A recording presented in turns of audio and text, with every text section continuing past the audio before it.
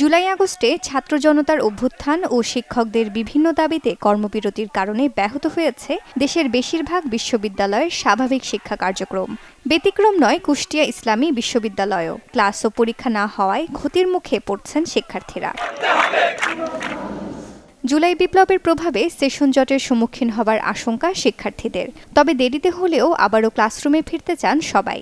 আছে নতুন বছরে নতুন করে শুরুর উদ্যমও। মাঠের অলরাউন্ডার আমি, আর ঘরের allrounder Tylox. Tylox toilet cleaner, clean মানেই টাইলক্স। অনিশ্চয়তার মধ্যে ছিলাম যে আমরা কবে ক্লাস করতে পারবো, কবে পরীক্ষা দিতে পারবো, যার কারণে অনেক দুশ্চিন্তাও দেখা দিচ্ছে আমাদের মধ্যেও, প্লাস আমাদের বাবা মাদের মধ্যেও। দীর্ঘদিন বিশ্ববিদ্যালয় ক্যাম্পাস বন্ধ ছিল, আমাদের মধ্যে একটা আতঙ্ক বিরাজ করছে, এটা সত্য।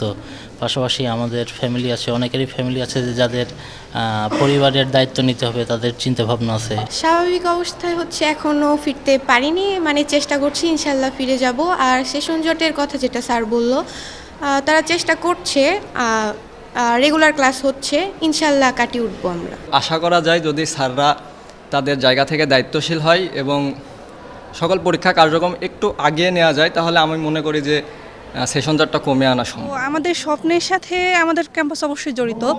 আমরা বৈষম্য মুক্ত, তারপর সেশন জট মুক্ত ক্যাম্পাস চাই।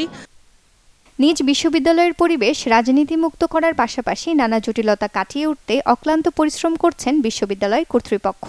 ক্লাস নেওয়ার ক্ষেত্রে দেখেছি যে অনলাইনে প্রথম দিকে কিছু ক্লাস নিয়েছি, এরপরে শিক্ষার্থীদের রিকভারি বা পাঠ রিকভারি করার জন্য আমরা কিছু অতিরিক্ত ক্লাস নেওয়ার যে প্ল্যান করে আমরা এই ক্লাসগুলি শুরু করেছি।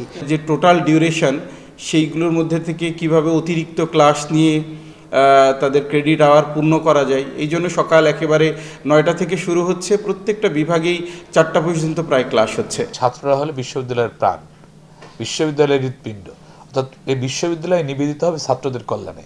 এই জন্য আমি ডিক্লারেশন দিয়ে দিয়েছিলাম যে এই বিশ্ববিদ্যালয় হবে ছাত্রবান্ধব বিশ্ববিদ্যালয়। আমি এইখানে বসে আমার জয়েনিংয়ের পরপরই যে কথাটি বলেছিলাম সেই কথাটি আমি এই কথাটি বলেছিলাম।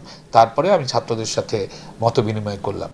সব সংকট কাটিয়ে নতুন করে ক্যাম্পাসে নিয়মিত ক্লাস করার পাশাপাশি স্বাভাবিক জীবনে ফিরতে চান শিক্ষক শিক্ষার্থীরা।